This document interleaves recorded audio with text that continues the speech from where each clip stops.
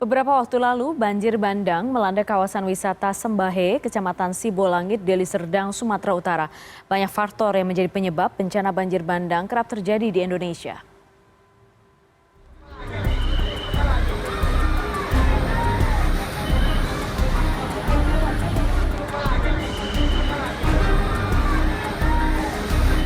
Bencana banjir bandang melanda kawasan wisata pemandian alam di Desa Sembahe, Kecamatan Sibolangit, Kabupaten Deli Serdang, Sumatera Utara pada Minggu 30 April 2023 lalu. Sebuah mobil dan beberapa bangunan rusak terseret arus akibat meluapnya hulu sungai Deli pada sekitar jam 2 siang ini.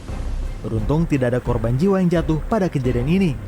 Fase peralihan musim atau pancaroba akan membuat perubahan cuaca di Indonesia menjadi sangat dinamis. Selain itu ada beberapa faktor yang menjadi penyebab seiring terjadinya bencana banjir bandang di wilayah Indonesia yang beriklim tropis.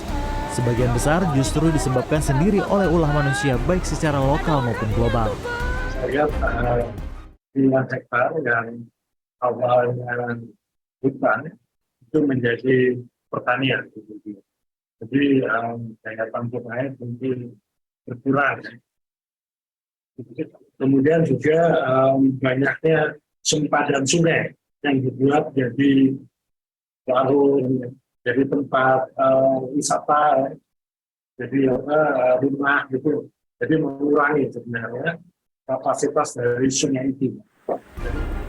Rata-rata curah hujan di wilayah Deli Serdang sekitar 2.500 mm per tahun. Sedangkan beberapa tahun terakhir tercatat meningkat menjadi 3.500 mm per tahun. Sebelum kejadian banjir bandang di Sembahe, sebenarnya Badan Meteorologi, Klimatologi, dan Geofisika atau BMKG sudah mengeluarkan peringatan akan adanya curah hujan tinggi di wilayah tersebut. Badan Besar Wilayah Meteorologi 1 Medan mencatat, terjadi curah hujan sebesar 120 mm per hari, jauh di atas ambang batas normal sebesar 50 mm per hari. Sebenarnya selain hujan lebat itu terdapat beberapa faktor. Nah, yang utamanya itu yang pertama ada vegetasi atau jumlah tanaman di sekitar daerah aliran sungai.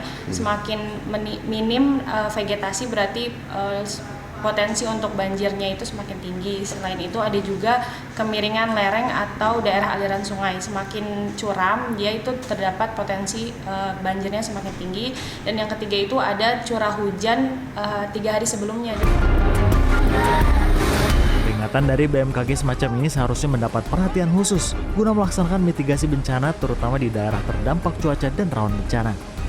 Hingga 4 hari ke depan, BMKG juga telah mengeluarkan peringatan cuaca ekstrim di beberapa wilayah pantai barat Sumatera, terutama di wilayah Aceh yang dinyatakan berstatus siaga cuaca ekstrim.